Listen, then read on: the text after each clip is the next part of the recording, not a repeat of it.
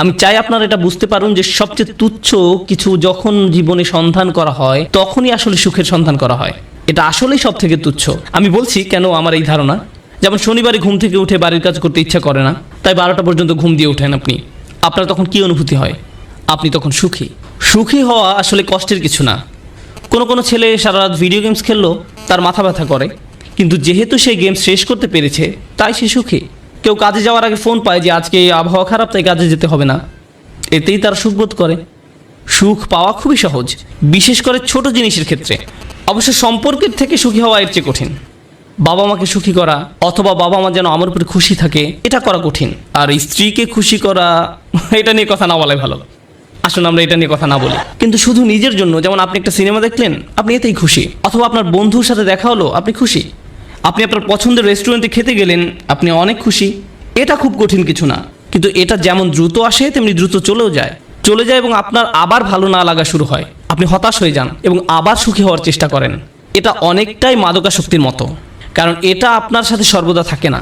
আর এটাই হলো সবচেয়ে নিম্ন স্তরের সন্ধান। তাই মানুষ যখন বলে আমি শুধু সুখী হতে চাই, আমি আসলে জানি না সে কি বোঝাতে চাচ্ছে। কারণ কোনো মানুষই সবসময় সুখী নয়। আল্লাহ আমাদেরকে অনেক অনেক অনুভূতি দিয়েছেন এই জীবন অভিজ্ঞতা অর্জনের জন্য, এবং এর সবগুলোই সুস্থ জীবনের অংশ। সুখ হলো এদের একটি মাত্র। যদি আপনার আকাঙ্ক্ষা শুধু সুখী হওয়া হয়, তাহলে আমাকে বলতেই হচ্ছে যে আপনি হতাশ হবেন। সুখ কখনোই ঘটবে না, আপনি কখনোই চিরসুখী হতে পারবেন না। এটা আসলে এভাবে কাজ করে না। আমি বলছি না যে আপনাকে হতাশ হতে হবে। আমি যা বলতে চাচ্ছি তা হলো সংগ্রামও জীবনের একটি অংশ। যখন আপনি বার্ষিক পরীক্ষার জন্য প্রস্তুত হচ্ছেন, আপনি কিন্তু সুখী নন। বা 3 ঘন্টার পরীক্ষার মাঝে আপনি সুখী নন। যারা ব্যায়াম করেন তারা তাতে সুখ পান না। হ্যাঁ, ফলাফল দেখে তারা অবশ্যই সুখী হন, কিন্তু ঘাম ঝরানো পরিশ্রম করার সময় নিশ্চয়ই তারা সুখী নন। নিজের চেহারা দেখলেই বুঝতে পারবেন, ঠিক যেন সিলভেস্টার স্ট্যালোনের মতো। যাই হোক, তাহলে সবচেয়ে নিম্ন স্তরের আকাঙ্ক্ষা কি? সুখ। আসুন এবার পরের ধাপ দেখি। পরের ধাপ মানে এটা অর্জন করতে আরও চেষ্টা করতে হয়। আর আমার বর্ণ হয়, আমি যতই উপরের ধাপে যাব সেটা অর্জনের জন্য ততই কষ্ট করতে হবে। তো এর পরের ধাপ হলো কুল দেখানোর আকাঙ্ক্ষা। এটা সুখের আকাঙ্ক্ষা নয়, আকাঙ্ক্ষা হলো কুল হওয়ার। কুল হওয়া মানে হলো কেউ আমাকে নিয়ে ঠাট্টা করবে না, আমি বাকি সবার মতোই হব। কেউ আমাকে নির্দেশ করে বলবে না যে তুমি এমন কাপড় কেন পরছো, এমন কথা কেন বলছো, তোমাকে এমন দেখাচ্ছে কেন, তুমি এভাবে চলো কেন, ওদের সাথে কেন মেশো, এটা কেন কিনছো, ওটা কেন করছো, গাড়ি কেন চালাও। আপনাকে আলাদা করে ভাববে, আপনি এটা চান না। আপনি যে কোনোভাবে সবার সাথে মিশে যেতে চান এবং কারো সমালোচনার বস্তু হতে চান না। আপনি অদৃশ্য হয়ে যেতে চান বাকি সবার মাঝে, যেন আপনাকে বাকি সবার মতো কুল ভাবা হয়। আর এই জন্য পরিশ্রম করতে হয়। উদাহরণ হিসাবে বলা যায়, আপনারা যারা হাই স্কুলে পড়ছেন, আপনি স্কুলে কি পোশাক পরে যাচ্ছেন সেটা আসলেই একটা বড় ব্যাপার। আপনি যখন আলমারি থেকে একটা কাপড় বের করেন বা জুতা হাতে নেন পরার জন্য, তখন আপনার মনে এই প্রশ্ন আসে যে কে আপনার পোশাক নিয়ে মজা করতে পারে। সত্যি সত্যি আপনার মনে এই ভাবনাটি আসে। অথবা আপনি যখন কাপড় কিনতে দোকানে যান, আপনার বাবা হয়তো আপনাকে টাকা দিয়েছেন কিছু কেনার জন্য। আপনি যাই কিনেন না কেন, অনেক কিছু কেনার পেছনে একমাত্র কারণ হলো যখন আপনি এইসব পরবেন তখন লোকে কি বলবে। এটাই হলো কুল হওয়ার আকাঙ্ক্ষা। বাদ বাকি 10 জনের মাঝে মিশে যেতে হলে আপনাকে পরিশ্রম করতে হবে। এমন কিছু করা খুব সহজ যাতে মানুষ আপনাকে আজব ভাববে, কিন্তু বাকি সবার মতো চলতে গেলে কিছু কাজ করতেই হবে। অনেক তরুণকে এই জন্য নিজের পছন্দ বাদ দিতে হয়, তাদের এমন অভিনয় করতে হয় যা আসলে তারা নয়। আমি কিছু তরুণকে চিনি, ধরুন 14-15 বছর বয়স। একজনের কথা মনে আছে, সে বেসবল টুপি পরতো কারণ এটা তখন ফ্যাশন ছিল। তার প্যান্ট ঝুলে থাকতো। সে আমার কাছে এসে কান্না শুরু করলো। আমি তার কাছে বসলাম, আর সে আমাকে বলল, আমি এমন কাপড় পরতে পছন্দ করি না, আমি এটা ঘৃণা করি। কিন্তু আমি যদি এমন না করি তাহলে বাকিরা আমাকে নিয়ে মজা করে। আমি তাই বাধ্য হয়ে এমন করি। আমি গালি দিতে পছন্দ করি না, কিন্তু প্রায় গালি দেই যখন স্কুলে থাকি, কারণ আমাকে বাকিদের মতো হতে হবে। তাহলে সবচেয়ে তুচ্ছ আকাঙ্ক্ষা হলো সুখের আকাঙ্ক্ষা। এর পরের ধাপ হলো কুল হওয়ার আকাঙ্ক্ষা। এর পরের পর্যায়ে কি? জনপ্রিয় হওয়ার আকাঙ্ক্ষা। আমি সবার মাঝে মিশে যেতে চাই না, আমি সবচেয়ে জনপ্রিয় হতে চাই। আমি এমন হতে চাই যেন সবাই আমার বন্ধু হতে চায়। এমন হতে চাই যেন সবাই লাঞ্চের সময় আমার কথা শোনে। আমি এমন হতে চাই যেন কেউ আমাকে নিয়ে মজা করার আগেই যেন আমি তাদেরকে নিয়ে মজা করতে পারি। আর প্রায় সময় আপনারা দেখবেন যে স্কুলে যেসব বাচ্চারা জনপ্রিয়, তাদের জনপ্রিয়তার কারণ হলো তারা অন্যদেরকে নিয়ে মজা করে, আর সবাই তাদের ভয় পেয়ে তাদের কথা মতো চলে, যেন তারা কেউ পরবর্তী শিকারে পরিণত না হয়। যদিও আমি এখানে অল্প বয়স্কদের কথা বলছি, কিন্তু এমনটা প্রাপ্তবয়স্কদের ক্ষেত্রেও হয়। অবশ্যই হয়, আমাদের আঙ্কেল আন্টিদের ক্ষেত্রেও হয়ে থাকে, কোনো সন্দেহ নেই। জনপ্রিয়তার মানে হলো আমি চাই সবাই আমাকে নিয়ে কথা বলুক, আমি সবার মনোযোগের কেন্দ্রে থাকতে চাই, আমি চাই সবাই আমাকে নিয়ে মন্তব্য করুক। আমি কোনো ছবি পোস্ট করব, টুইট করব, ভিডিও বানাবো, যা কিছুই করি মানুষ যেন আমাকে নিয়ে কথা বলে। যখন আমাকে নিয়ে কথা বলা কমে যাবে তখন আমাকে নতুন কিছু আবার করতে হবে যেন মানুষ আমাকে নিয়ে মেতে থাকে। জনপ্রিয়তার আকাঙ্ক্ষা খুবই আজব একটি জিনিস, কারণ এর কারণে মানুষ নিজেই নিজের অপমান করে। যেমন মিউজিক ইন্ডাস্ট্রিতে যখন এমন হয় কোনো শিল্পীর গান খুব হিট করলো, সবাই সেই গান ডাউনলোড করলো, তারপর যখন তার জনপ্রিয়তা কমে গেল তখন তাকে নিজেকে অপমানিত করতে হবে, নোংরা ভিডিও বানাতে হবে বা কোনো কাহিনী তৈরি করা যেন পত্রিকাগুলো তাকে নিয়ে মেতে থাকে। অন্তত সেখানে জনপ্রিয়তা থাকবে, কারণ তারা নিজের গুণের কারণে আর জনপ্রিয়তা পাচ্ছে না। তাদের পরের গানগুলো বা ভিডিওগুলো আগের মতো বিক্রি হচ্ছে না। এটাই হলো জনপ্রিয়তার আকাঙ্ক্ষা। জনপ্রিয় হওয়ার জন্য পরিশ্রম করতে হয়, টাকা পয়সা খরচ করতে হয়, সময় দিতে হয়, নিজের ভাবমূর্তির জন্য কাজ করতে হয়, আর ভাবমূর্তি রক্ষা করাই তখন সবচেয়ে গুরুত্বপূর্ণ হয়ে যায়। সমাজে অবস্থান ধরে রাখাই তখন মুখ্য হয়ে দাঁড়ায়। এটা হলো পরের পর্যায়, কিন্তু এর উপরে আরও ধাপ আছে। এরপর এর উপরে রয়েছে আর এক ধরনের প্রচেষ্টা, সেটা হলো সম্মানের পেছনে ছুটে চলা।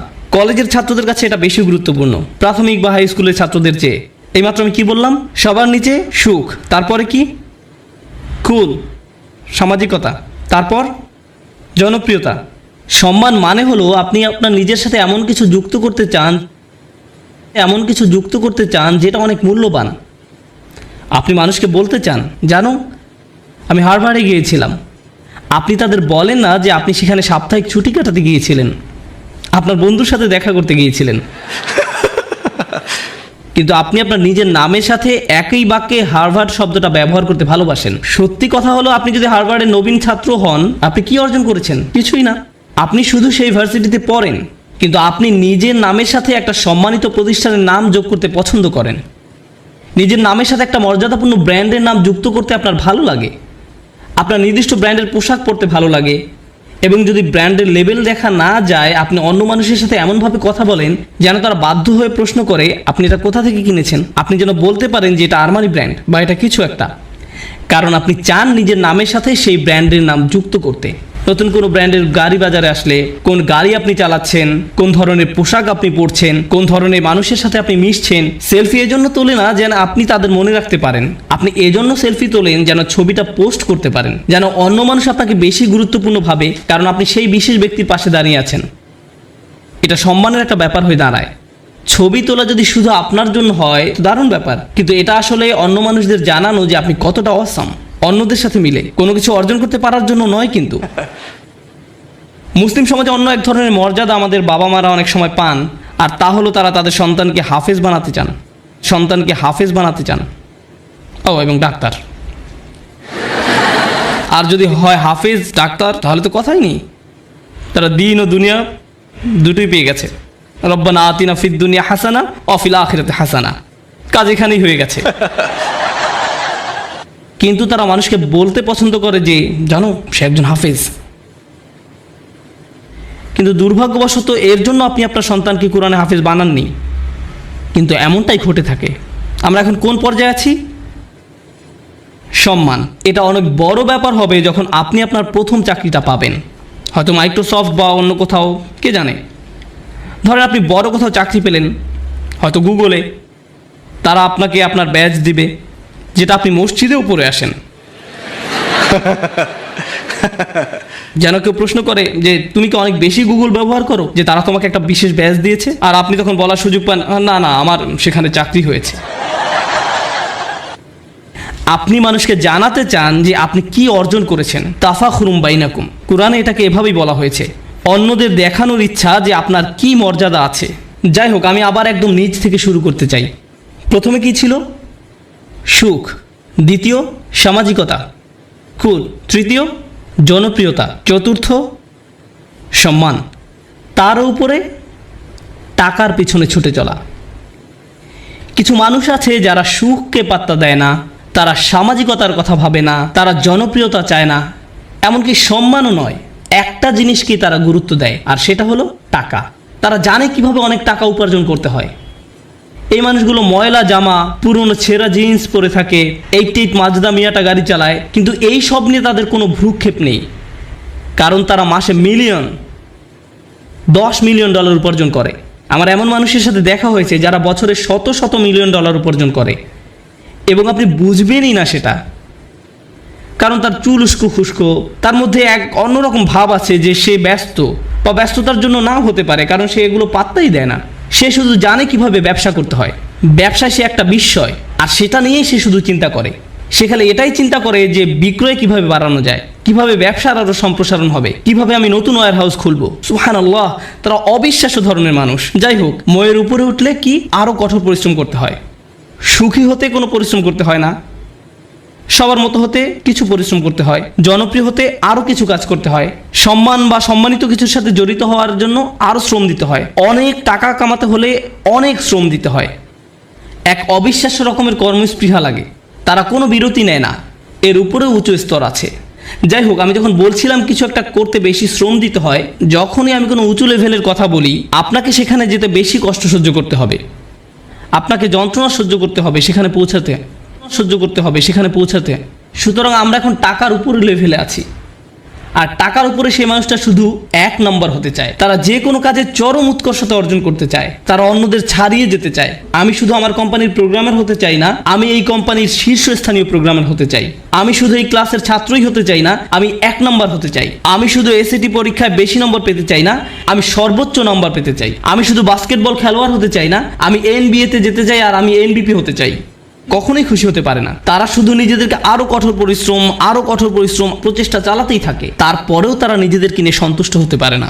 এই ধরনের মানুষরা তাদের কাজে চরম উৎকর্ষ অর্জন করতে সক্ষম হয়, সেটা পড়াশোনাই হোক, শরীরচর্চাই হোক, বা অ্যাথলেটিক হোক, তাদের কর্মক্ষেত্রে, তাদের গবেষণা যাই হোক না কেন, তারা তাদের শীর্ষস্থান অর্জন করা চাই।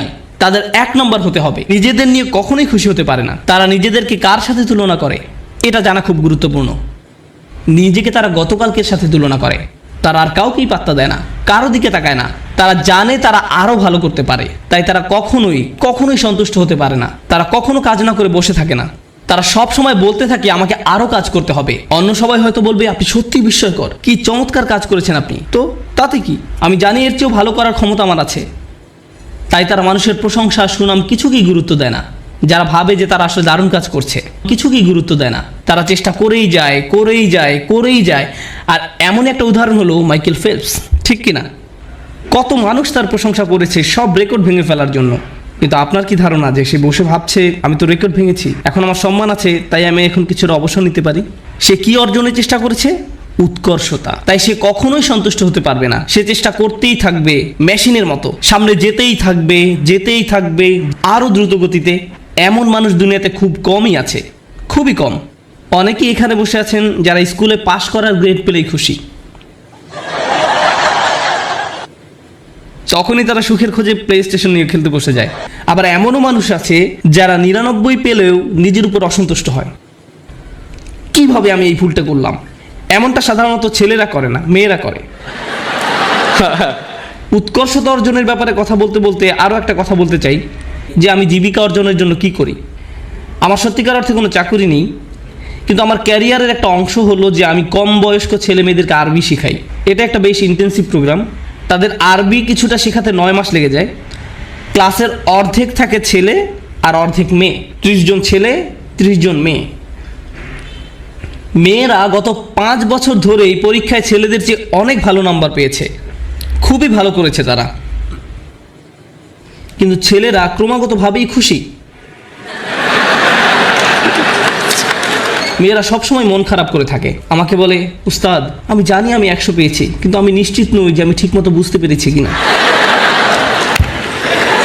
এদিকে এক ছেলে 25 নম্বর পেয়েছে, আর সে বলছে ওকে আমি বুঝতে পেরেছি। আমি পুরোপুরি ভিন্ন প্রজাতির মানুষদের সাথে কাজ করছি, একই ক্লাসরুমের মধ্যে, তাদের পুরোপুরি ভিন্ন মন মানসিকতা। তাই আমার ছেলেদের বলতে হয় যে মন দাও, অপদার্থ কোথাকার, তুমি বোঝোনি, কিছু কাজ করো। আর এদিকে মেয়েদেরকে আমার বলতে হয় ও শান্ত হও, তুমি ঠিকই বুঝতে পেরেছো। আমি তো ছেলেদেরকে বলতে পারি না হালকাভাবে নিতে, কারণ এর চেয়ে বেশি হালকাভাবে নেওয়া যায় না, এটা সম্ভব নয়। সুতরাং আমরা কোথায় পৌঁছেছি, কি নিয়ে কথা বলছিলাম? ও ঠিক আছে, আমাকে একটু সাহায্য করুন। একদম নিচ থেকে আবার শুরু করতে চাই। সুখ, সামাজিকতা, জনপ্রিয়তা, সম্মান, টাকা, উৎকর্ষ। উৎকর্ষের উপর কি থাকতে পারে? উৎকর্ষের উপরেও একটা কিছু আছে, আর সেটা হলো প্রভাব। প্রভাব, আমি কি পেলাম সেটা গুরুত্বপূর্ণ নয়। আমি গুরুত্ব দেই না যদি আমি অন্যদের চেয়ে বেশি টাকা উপার্জন করি। আমি পাত্তা দেই না যদিও আমি 1 নম্বর। আমার কাছে সেটা গুরুত্বপূর্ণ নয়। আমি অন্যদের জন্য কিছু করতে চাই। আমি একটা উত্তরাধিকার রেখে যেতে চাই। যখন আমি চলে যাব দুনিয়ার বুকে আমি আমার চিহ্ন রেখে যেতে চাই যে আমি কিছু একটা করেছি যেটা এই জায়গাটাকে অন্যদের জন্য আরও ভালো জায়গায় পরিণত করেছে। আমি প্রভাব বিস্তারকারী ব্যক্তি হতে চাই অন্য জিনিসের উপরে এবং অন্য মানুষের উপরে, আমার চারপাশের পরিবেশের উপরে। আমরা এখন অমুসলিমদের কথা বলছি, আমরা এখন বিশ্বাসীদের কথা বলছি না। আমরা জানি এমন মানুষ আছে যারা MBA শেষ করেছে সবচেয়ে ভালো ভার্সিটি থেকে, যারা হয়তো লাখ টাকা স্যালারি পেতে পারতো ভার্সিটি থেকে বের হয়ে, তারা সেই বেতন ত্যাগ করে এমন প্রতিষ্ঠানে যোগ দিচ্ছে যারা সামাজিক দায়বদ্ধতার জন্য কাজ করে। তারা অনেক কম বেতন নিচ্ছে কারণ তারা টাকায় বিশ্বাস করে না, তারা অনেক বেশি প্রভাবের উপর বিশ্বাস করে। তাই তারা বরঞ্চ এমন প্রতিষ্ঠানের সাথে কাজ করছে যারা শিক্ষা পদ্ধতিকে পুনর্গঠন করতে সাহায্য করছে। বা কোনো ডাক্তার যে হয়তো অনেক টাকা উপার্জন করতে পারতো, যে রেসিডেন্সি শেষ করে কাজে যোগদান করতে প্রস্তুত, সেই সময় সিদ্ধান্ত নিল যে সে 3 বছর ডক্টরস উইদাউট বর্ডার্স NGO-তে কাটাবে। আপনি এমনটা শুনেছেন কখনো? আপনার জীবনের ঝুঁকি থাকে এদের সাথে কাজ করতে। যুদ্ধ বিধ্বস্ত অঞ্চলেরা মানবিক কাজ করে, কিন্তু কেন এই ছেলেটা যাচ্ছে, কেন এই মেয়েটা যাচ্ছে? কারণ পয়সা আসা শুরু করলে আমি কোন ধরনের গাড়ি কিনবো সেটা নিয়ে দুশ্চিন্তা না করে সে বেশি চিন্তিত পৃথিবীতে সে কি প্রভাব রেখে যেতে পারবে সেটা নিয়ে। তারা সাহায্য করতে চায়, তারা ভালো কিছু করতে চায়। আর এই ধরনের নিঃস্বার্থপরতা খুব কম মানুষেরই থাকে। এই মইয়ের যত উপরে আমরা যাই ততই কম মানুষ আপনি পাবেন। আর তারা বিস্ময়কর মানুষ। তারাই হচ্ছেন সেই মানুষ যারা দুনিয়ায় পরিবর্তন এনেছে। চিন্তা করুন, নেলসন ম্যান্ডেলা বা তার মতো কেউ, এমন মানুষ যাদের জেলে যেতে হয়েছে কারণ তারা কোনো কিছুতে বিশ্বাস করতেন, কারণ তারা প্রভাবে বিশ্বাস করতেন, তারা নিজের চেয়েও বেশি কিছু করতে চান, তারা বৃহৎ স্বার্থে নিজেদের বলি দিয়েছেন, তারা নিজেদের কথা চিন্তাই করেননি, তারা কোনো এক উদ্দেশ্যের দাস। আর তাই এই মানুষগুলো হলো সেই মানুষ যারা প্রভাবের জন্য কাজ করে। তারা উৎকর্ষ সাধনকারীদের চেয়েও অনেক উপরে। উৎকর্ষ এই মানুষগুলোর জন্য স্বয়ংক্রিয়ভাবেই চলে আসে। উৎকর্ষ সাধন করা তাদের লক্ষ্য নয়, এটা উপজাত হিসেবেই আসে। কেন জানেন? কারণ যদি আপনি সেরকম প্রভাব রাখতে চান, আপনাকে অনবরত চেষ্টা করেই যেতে হবে। আপনি হয়তো ভাবতে পারেন যে প্রভাব সৃষ্টি এটাই হয়তো সর্বোচ্চ শিখর, কিন্তু না, এর থেকেও বড় কিছু আছে। এর উপরে আছে চূড়ান্ত সত্য। কেউ কেউ ন্যায়ের খোঁজ করে, কেউ কেউ সত্যের খোঁজ করে, কেউ কেউ আদর্শের খোঁজ করে। যারা ন্যায় বিশ্বাস করে, আর ন্যায় এমন একটা জিনিস সেটা আপনি পরিপূর্ণভাবে দুনিয়াতে দেখবেন, কিন্তু তারা এর পরোয়া করে না, তারা এটার জন্যই কাজ করেন। ও আরেকটি ব্যাপার, যখন আপনি এমন কিছু করতে চান যেটার দুনিয়াতে কোনো নজির নেই, তখন সেটা করাটাই সবচেয়ে কঠিন কাজ। তখন যদি আপনি সামান্য একটু পরিবর্তন দেখেন, তাতেও আপনি উদ্দীপ্ত হয়ে যান, আপনি অনুপ্রাণিত হন এবং এটি আপনাকে আরও সামনের দিকে এগিয়ে নিয়ে যায়। কিন্তু আপনি যখন এমন একটা আদর্শের জন্য কাজ করবেন, ন্যায়ের জন্য, আপনি হয়তো ন্যায় কখনোই দেখবেন না। এই লোকেরা কেমন করে নিজেদেরকে অনুপ্রেরণা দিবে যখন তারা এমন কিছুর জন্য কাজ করে যেটা দেখা যাচ্ছে না? এরাই হচ্ছে সবচেয়ে অসাধারণ, সবচেয়ে সহনশীল ব্যক্তি। একবার তারা একটা আদর্শের পিছনে পড়লো, সবাই তাকে পাগল ভাবলো, কিন্তু তার কিছু এসে যায় না, তারা এগিয়েই চলেন। তাই এখন আমি শুরু করতে চাচ্ছি একদম সর্বোচ্চটা দিয়ে, যেটা হলো সত্যের খোঁজ। প্রসঙ্গত বলে রাখি যে আমাদের সকল নবী আলাইহিস সালামের পথই ছিল সত্যের অন্বেষণ। তারা মানুষের সাথে সত্যটা শেয়ার করতে আগ্রহী ছিলেন। এবং অনেক সময়ই রাসূলুল্লাহ সাল্লাল্লাহু আলাইহি ওয়াসাল্লাম হাদিস থেকে আমরা জানি কিয়ামতের দিন অনেক নবী আল্লাহর সামনে দাঁড়াবেন যাদের পেছনে কোনো অনুসারীই থাকবে না, একজন অনুসারীও নয়, 1 বা 2 না, একেবারে শূন্য। তাদের লক্ষ্যটা কি ছিল? সত্য। তাদের প্রভাব কতটুকু ছিল? শূন্য। কিন্তু আল্লাহর দৃষ্টিতে তারা পুরোপুরি সফল। হ্যাঁ নাকি না? হ্যাঁ। এখন আমাদেরকে একটা জিনিস বুঝতে হবে, আমরা আবার এই শ্রেণী বিভাগেই যাচ্ছি, কিন্তু আমি শুধু শেষের 4টার উপরে ফোকাস করছি, অথবা হয়তো শেষ 5টার উপরে। প্রথমে কথা বলি উৎকর্ষ।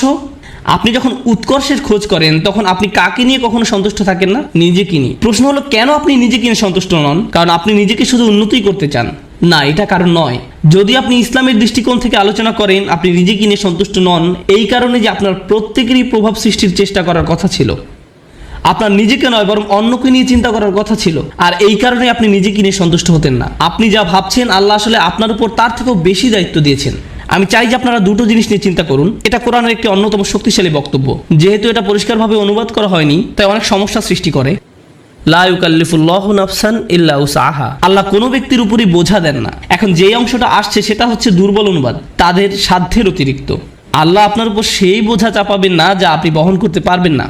এই অনুবাদের জন্য আরবিটা হওয়া দরকার ছিল লা ইউকাল্লিফুল্লাহু নাফসান ইল্লা বিউসইহা। তাদের সাধ্য পর্যন্ত বোঝাতে সেখানে একটা বা থাকার কথা ছিল, কিন্তু শব্দটা হচ্ছে ইল্লা উসআহা, অর্থাৎ কাল্লাফাল্লাহু উসআনা। অর্থটি এখন পুরোই পরিবর্তিত হয়ে গেছে। প্রচলিত অনুবাদটা একদম ন্যূনতম অর্থ প্রকাশ করে, কিন্তু আপনি জানেন এই আয়াতের সত্যিকার অর্থ কি? আপনার মাঝে যে সম্ভাবনা আছে তার অতিরিক্ত কোনো কিছুর বোঝা আল্লাহ আপনাকে দেননি। ভেবে দেখুন আমি কি বলছি। আল্লাহ আপনাকে এমন কিছু বোঝা দেননি যেটা আপনার মাঝে যেই সম্ভাবনা আছে তার অতিরিক্ত।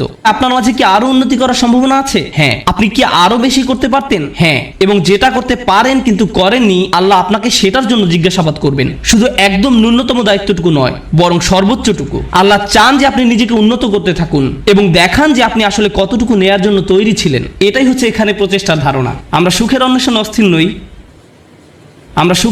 অস্থির নই, বরং ওটা এর সাথে বোনাস হিসাবে আল্লাহ দেবেন। আমরা অন্যের কাছে কুল বা পরিপাটি হিসাবে পরিচিত হতে চাই না। কেউ একজন একটা বোকার মতো কাজ করেছে এবং আপনি ওই নির্বোধের মতোই কাজ করতে চাচ্ছেন। আমরা কারো কাছে জনপ্রিয় হতেও আগ্রহী নই। কেন জানেন? কারণ সবার যাদের জীবনের উদ্দেশ্য সম্পর্কে কোনো ধারণা নেই, আপনি তাদের মাঝে জনপ্রিয় হতে চান মানে হচ্ছে আপনি তাদের মাঝে সবচাইতে বোকা।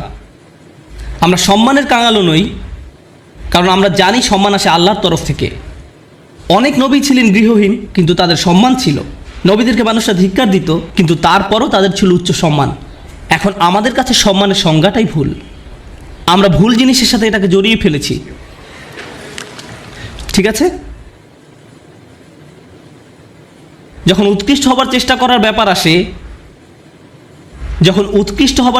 ব্যাপার আসে, আমাদের মুসলিমদের মাঝারি ধরনের জিনিসে সন্তুষ্ট হবার অবকাশ নেই, কোনো সুযোগ নেই। আপনি একজন মুসলিম হিসেবে নিজেকে আরও উন্নত করার জন্য ক্রমাগত চেষ্টা করতে থাকবেন। আপনি যে কাজই করে থাকেন না কেন, আপনি যদি মুখস্থ করে থাকেন তাহলে আপনি আরও বেশি মুখস্থ করার চেষ্টা করুন। আপনি যদি পড়াশোনা করে থাকেন তাহলে আরও বেশি পড়াশোনার চেষ্টা করুন। আপনি যদি কাজ করে থাকেন তাহলে আপনি আরও বেশি কাজ করার চেষ্টা করুন। আপনি যদি স্বেচ্ছাসেবী হয়ে থাকেন তাহলে আরও বেশি স্বেচ্ছাসেবা করার চেষ্টা করুন, বিশেষভাবে যখন আপনার বয়স কম। কারণ এখন দায়িত্ব অনেক কম। কিন্তু আমার হোমওয়ার্ক আছে, হ্যাঁ, কিন্তু সেটা এমন কোনো দায়িত্ব নয়। দায়িত্ব তখনই আসবে যখন আপনি বিয়ে করবেন, যখন আপনার সন্তান থাকবে। এখন আপনি মুক্ত। এখন আপনার যে স্বাধীনতা আছে সেটা জীবনের আর কোনো পর্যায়েই থাকবে না। পেছনে বসে ভিডিও গেমস খেলার সময় নয় এটা। এখন শুধু বসে থেকে মুভির পর মুভি দেখার সময় নয়। এখন সময় নয় যে নতুন অ্যাভেঞ্জার্স বা এরকম কিছু নিয়ে আপনি ব্যস্ত থাকবেন। এটা সেই সময় নয়। পুরো পৃথিবী অপেক্ষা করছে আপনি কি প্রভাব ফেলবেন দুনিয়াতে সেটার জন্য। আপনি এমনি বসে সময় নষ্ট করতে পারেন না। অন্যরা করতে পারে, ভালো, তাদের কোনো বৃহত্তর লক্ষ্য নেই। কিন্তু আপনাকে হতে হবে শ্রেষ্ঠ, কারণ আপনি এখন থেকেই প্রভাব সৃষ্টি করা নিয়ে চিন্তা করেন। দর্শকদের মাঝে বসে থাকা প্রত্যেক তরুণ ছেলে এবং মেয়ের চিন্তা করা উচিত, আল্লাহ আমাকে কি দিয়েছেন, আমাকে আল্লাহ কোন গুণটি দিয়েছেন, এবং এই গুণটি দিয়ে আমি দুনিয়াতে কি পরিবর্তন আনতে পারি, এই গুণ দিয়ে আমি কি করব।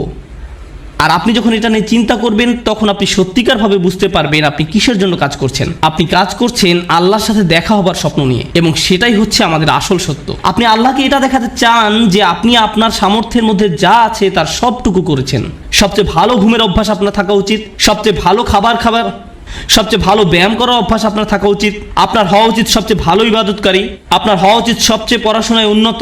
আপনার জীবনে আপনি যা যা করে থাকেন প্রত্যেকটি কাজে আপনার উৎকর্ষ অর্জনের চেষ্টায় রত হতে হবে। আপনার বাজে জাঙ্ক খাবার খাওয়ার অভ্যাস ত্যাগ করা উচিত।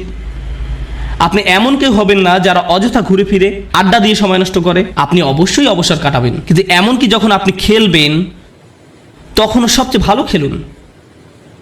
স্কুলের বা কলেজের অন্য ছেলেরা যখন তাকে দেখবে তারা বলবে আমি এর মতো হতে চাই। তার সব কিছু অসাধারণ, তার সব কিছুতেই সে চ্যাম্পিয়ন। আপনাদের তেমন লোক হওয়া উচিত। উম্মার এরকম লোক দরকার, শ্রেষ্ঠ লোক, এবং এ ধরনের লোকেরাই প্রভাব সৃষ্টি করতে পারে। আরেকটি ব্যাপার কি জানেন, আমাদের বাবা মায়েরা খুবই দুঃখজনক, কারণ তাদেরকে কখনো এটা শেখানো হয়নি। তারা কখনো এই যে সিঁড়িটা এর সাথে পরিচিত হননি। তাদের কাছে সর্বোচ্চ শিখর মানে হচ্ছে সম্মান, আর এর উপরে গেলে টাকা পয়সা। তাই আপনাদেরকে নিয়ে তাদের একমাত্র চিন্তা হচ্ছে সম্মান আর অর্থ। একটা চাকরি খোঁজো যেন তুমি সম্মান পেতে পারো, আর আমরা বলতে পারি আমাদের ছেলে একটা চাকরি করে, সে ডাক্তার, সে এটা সে ওটা, আর হয়তো আমাদের এক সময় অনেক টাকাও হবে আর আমরা সেটা মানুষকে দেখাতে পারবো। শেষ, এটাই তাদের একমাত্র চিন্তা। আর তারা সবসময় জিজ্ঞাসা করে তুমি কোথায় কাজ করবে, কেমন করে তুমি আরো টাকা রোজগার করবে, কখন আমরা বাড়ি কিনবো। সবকিছুই শেষ হয় সম্মান এবং অর্থতে গিয়ে। কিন্তু জীবনে এর উপরেও কিছু আছে। অর্থের উপরে কি? টাকা পয়সা, উৎকর্ষ। কে আপনাকে উৎকর্ষ বা শ্রেষ্ঠত্ব অর্জনের দিকে ধাবিত করবে? আমরা শুধু অর্থ এবং সম্মান নিয়ে চিন্তা করতে করতে জীবন শেষ করে ফেলি। মুসলিমদের মাঝে কত ছেলে মেয়ে ডাক্তার হয়েছে, আমি সবসময় তাদের উদাহরণটাই দিই, কারণ এদেরকেই সবচেয়ে বেশি হতাশ দেখি আমি। তারা ডাক্তার হয়েছে শুধুমাত্র এই কারণে যে তাদের মা বলেছে কিংবা বাবা বলেছে। আমি কখনোই আমার কোনো সমস্যা হলেও এরকম ডাক্তারের কাছে যেতে আগ্রহী নই। আমি বরং এমন কারো কাছে যাব যে ডাক্তার হয়েছে কারণ তারা মানবতার সেবা করতে চায়, তারা তাদেরকে নিয়ে চিন্তা করে, তারা দুর্নীতিগ্রস্ত ইন্স্যুরেন্স কোম্পানি থেকে পরবর্তী টাকা আসার অপেক্ষা করে না, তারা আসলে মানবতা নিয়ে চিন্তিত। আমি এ ধরনের ডাক্তারের সাথে সম্পর্ক রাখতে নিজে এবং বাচ্চাদেরকে নিয়ে যেতে আগ্রহী। প্রভাব সৃষ্টিকারী ব্যক্তি। এখন এই ব্যাপারে আমার শেষ কথা, লাইসা লিল ইনসানি ইল্লা মা সা। মানুষের কিছুই থাকবে না শুধুমাত্র তারা যে চেষ্টা করেছে তা ছাড়া। আবার শুরু করি। সুখের সন্ধান, কুল, সামাজিক বা পরিবারটি হওয়ার বাসনা, জনপ্রিয় হবার আকাঙ্ক্ষা, সম্মান পাবার আকাঙ্ক্ষা, অর্থপ্রাপ্তির আকাঙ্ক্ষা, উৎকর্ষ লাভের আকাঙ্ক্ষা, প্রভাব সৃষ্টিকারী হবার ইচ্ছা এবং সত্য পাবার প্রচেষ্টা। জানেন আল্লাহর কাছে সবচেয়ে মূল্যবান কোনটি? এই সব কিছুর মাঝে আল্লাহর কাছে সবচেয়ে প্রিয় হচ্ছে আপনার প্রচেষ্টা। অর্থ নয়, প্রভাব না, শ্রেষ্ঠত্ব না, এই সব কিছুই আসবে, কিন্তু আল্লাহ আপনার কাছ থেকে যেটা দেখতে চান সেটা হচ্ছে প্রচেষ্টা। প্রচেষ্টা। আমি আপনাদের বলেছি নবী আলাইহিস সালামদের কথা, যারা শেষ বিচারের দিন আল্লাহর সামনে দাঁড়াবেন কতজন উম্মত নিয়ে? শূন্য। কিন্তু তারপরেও আল্লাহ তাদেরকে জান্নাতের সর্বোচ্চ আসনে আসীন করবেন, কারণ আল্লাহ সম্মান জানাবেন তাদের প্রত্যয়কে, তাদের প্রচেষ্টাকে, তাদের চারিত্রিক দৃঢ়তাকে। তারা কঠিন সময়ে পড়েছিলেন এবং তারা সেটা মোকাবেলা করেছেন। যদি আপনি নূহ আলাইহিস সালামের প্রতি বছরের একটা প্রোগ্রেস রিপোর্ট দেখতে চান, চলুন একটা গ্রোথ চার্ট বানিয়ে দেখি কতজন মানুষ মুসলিম হয়েছে প্রতি বছর, যেমনটা করা হয় প্রতি বছর প্রতিবেদনে। কতজন মানুষ মুসলিম হয়েছে প্রতি বছর? 950 বছর। চার্ট নিশ্চয়ই ঊর্ধ্বমুখী ছিল না, বরং সেটা ছিল অপরিবর্তনশীল, এমনকি কখনো কখনো হয়তো নিম্নমুখীও ছিল। কেউ হয়তো ইসলামের খুব কাছাকাছি এসেছে, আবার দূরে সরে গেছে। এর মানে কোনো প্রভাব তৈরিই হয়নি। আমরা নূহ আলাইহিস সালামের কোন জিনিসটাতে এত সম্মান করি? ক্রমাগত এবং ক্রমাগত প্রচেষ্টা। আমাদেরকে হতে হবে ক্রমাগত প্রচেষ্টারত এবং প্রত্যয়ী মানুষ। আল্লাহর সামনে দাঁড়ানোর মতো কিছুই থাকবে না যদি আমাদের এই প্রচেষ্টাটুকু না থাকে। তরুণরা দয়া করে মনোযোগ দিয়ে শুনেন আমি কি বলছি। একটু চিন্তা করো, তোমার জীবনের সার্থকতা কোথায়? যদি তোমার জীবন মানে হয় শুধু একটা ভিডিও গেম থেকে অন্য ভিডিও গেম, যদি তোমার জীবন মানে হয় শুধু টিভি শোয়ের একটা পর্ব থেকে অন্য পর্ব, তুমি কিসের জন্য চেষ্টা করছো? এতে কি আসে যায় যদি তুমি একটা ভিডিও গেমে ট্রফি জিতো অথবা 100% সিনক্রোনাইজেশন পাও? এতে কি আসে যায়? কি এমন হবে এতে? পৃথিবীর জন্য তা কোনো পরিবর্তনই আনবে না। তুমি কতগুলো পুশ আপ করতে পারো এটা কেউ গুরুত্ব দেয় না। তোমাকে এর চেয়ে বেশি কিছু চিন্তা করতে হবে, এর চেয়ে বড় উচ্চ মর্যাদাশীল কিছু চিন্তা করতে হবে। এবং যখন তুমি সেটা করা শুরু করবে, আল্লাহ তোমাকে সুখ দিবেন। যখন তুমি সত্যিকার অর্থেই চেষ্টা করবে, জীবনটা তখন অর্থবহ হবে। আর জীবনটা যখন অর্থবহ হবে, সুখ এবং আনন্দ এনে দেবে। যখন তোমার জীবনে কোনো প্রচেষ্টা থাকবে না, তখন জীবনের কোনো অর্থ তুমি খুঁজে পাবে না। তুমি তখন কোনো কিছুতেই কোনো সুখ বা আনন্দ খুঁজে পাবে না। তুমি যতই গান শোনো, তুমি যতই ঘুরতে বেড়াতে যাও, যতই পার্টি করো, তোমার জীবনে কখনোই সুখের দেখা পাবে না। তোমার সব সময় বিরক্ত লাগবে, নিজের কাছে নিজেকে ভালো লাগবে না। গুরুত্বপূর্ণ হচ্ছে প্রত্যয়, যেটা তোমাকে উপলব্ধি করতে হবে। তোমাদের তরুণ প্রজন্মকে হতে হবে অসম্ভব এবং অসম্ভব প্রত্যয়ী। আল্লাহ বলছেন ওয়ান্না সায়াহু সাওফা ইউরা। আমার খুবই পছন্দের একটি আয়াত, এবং আমি এই আয়াতটি দিয়ে শেষ করতে চাই। এবং তার প্রচেষ্টা বা প্রত্যয় খুব শীঘ্রই দেখা যাবে। তার চেষ্টা খুব শীঘ্রই কি দেখা যাবে। এ প্রসঙ্গে আমি বলতে চাই, তুমি যখন কাউকে তোমার রিজিউম দেখাও, আমি অমুক স্কুল থেকে গ্র্যাজুয়েট হয়েছি, আমি অমুক জায়গায় কাজ করেছি, অমুক প্রজেক্টে কাজ করেছি, তখন তুমি তোমার রিজিউমে লেখো তোমার রেজাল্ট নাকি তোমার প্রচেষ্টা? তুমি তোমার প্রচেষ্টার কথা লেখো না, তুমি লেখো তোমার রেজাল্টের কথা। তুমি লেখো না যে তুমি আসলেই অনেক কঠোর পরিশ্রম করেছো ফাইনাল সেমিস্টারে এবং পরীক্ষাটা দিতে গিয়ে অর্ধমিত হয়ে গিয়েছিলে। এগুলো তুমি তোমার সিভিতে লেখো না। তুমি লেখো তুমি অমুক প্রজেক্টে কাজ করেছো, কিন্তু এটা লেখো না যে তোমাকে অনেক কষ্ট করতে হয়েছে, তাই নয় কি? শুধু তাই নয়, কিছু কিছু সময় তুমি অনেক অনেক চেষ্টা করো কিন্তু তুমি পাস করতে পারো না। অথবা এরকম যে তুমি অসম্ভব রকমের চেষ্টা করেছো একটা প্রজেক্টের জন্য কিন্তু সেটা সফলভাবে শেষ করতে পারোনি। অথবা তুমি তোমার আশানুরূপ গ্রেড পাওনি, যেটা তোমার পাওয়া উচিত ছিল। আমরা মানুষেরা মানুষকে কিসের ভিত্তিতে বিচার করি? আমরা মানুষকে বিচার করি রেজাল্ট দিয়ে। আমার এতে কিছু যায় আসে না যে তুমি কতটা চেষ্টা করেছো, তুমি আমাকে ফলাফল এনে দিতে পারোনি। আমার এতে কিছুই আসে যায় না যে তুমি কতটা চেষ্টা করেছো, তুমি পাস করতে পারোনি, গ্রাজুয়েট হতে পারোনি। বুঝতে পেরেছো ব্যাপারটা? কিন্তু আল্লাহ তোমার বিচার তোমার রেজাল্ট দিয়ে করবেন না। আল্লাহ তোমার বিচার করবেন কিসের ভিত্তিতে? প্রচেষ্টা। আল্লাহ বলছেন এবং তার প্রচেষ্টা, তার অধ্যবসায়গুলো খুব শীঘ্রই দেখা যাবে। এটা একটা অসাধারণ ব্যাপার, কেননা পৃথিবীর বুকে কোনো মানুষই আমার প্রচেষ্টা দেখবে না, কোনো মানুষই আমার প্রচেষ্টা দেখবে না। আমি তোমার প্রচেষ্টা দেখব না, অথবা তুমি আমার প্রচেষ্টা দেখবে না, কিন্তু তিনি হচ্ছেন শুধুমাত্র আল্লাহ, যিনি আমাদের প্রচেষ্টা অধ্যবসায়গুলো দেখবেন। আমরা সবাই দেখি ফলাফল, আমরা হচ্ছি ফলাফল সর্বস্ব মানুষ। আল্লাহ হচ্ছেন বিচারক, যিনি দেখেন প্রচেষ্টা। সুবহানাল্লাহ, কতই না মহান আমাদের প্রভু। কেউ তোমার প্রচেষ্টার মূল্য দিবে না এক আল্লাহ ছাড়া, সুতরাং কখনোই তোমার প্রচেষ্টাকে খাটো করে দেখবে না। মানুষ হয়তো মূল্য দিচ্ছে না তুমি যে কাজগুলো করছো, এবং তুমিও সাথে সাথে ভাবতে শুরু করে দাও যে এগুলোর আসলেই কোনো মূল্য নেই। কিন্তু মনে রেখো, এটা মূল্যবান আল্লাহর কাছে। আল্লাহর কাছে এটা অত্যন্ত মূল্যবান। আজকের আলোচনা ওই অংশটা বিশেষভাবে বোনদের জন্য ছিল, কারণ তারা কঠোর পরিশ্রম করে এবং তাদের মনে হয় এই চেষ্টায় কোনোভাবেই কিছু হবার নয়। ছেলেরা এমন নয়, কারণ ছেলেরা কোনো খাটুনি করে না এবং তারা মনে করে যে আমি অনেক করেছি, আমি কত কঠোর চেষ্টা করেছি। ছেলেরা নিজেদের সাথে মিথ্যাচার বন্ধ করো। তোমাদের নিজেদের এটা বলা বন্ধ করতে হবে যে তুমি যথেষ্ট করেছো। তোমার অলসতা দূর করতে হবে। ভাইরা, শয়তান তোমাদের ধ্বংস করে দিচ্ছে, সে তোমাদের ধ্বংস করছে। তোমরা এত অলস। নিজেদের কাছে যুক্তি দেওয়া বন্ধ করো এবং কাজ করো, বেশি করে কাজ করো, আবেদন করতে থাকো, করতেই থাকো, অন্যদের সাথে এই ব্যাপারে কথা বলতে থাকো, নেটওয়ার্কিং করো। থেমে যে বলো না যে আমি সব রকম চেষ্টা করেছি তারপর ফল পাইনি। না, তুমি সব রকমের চেষ্টা করোনি।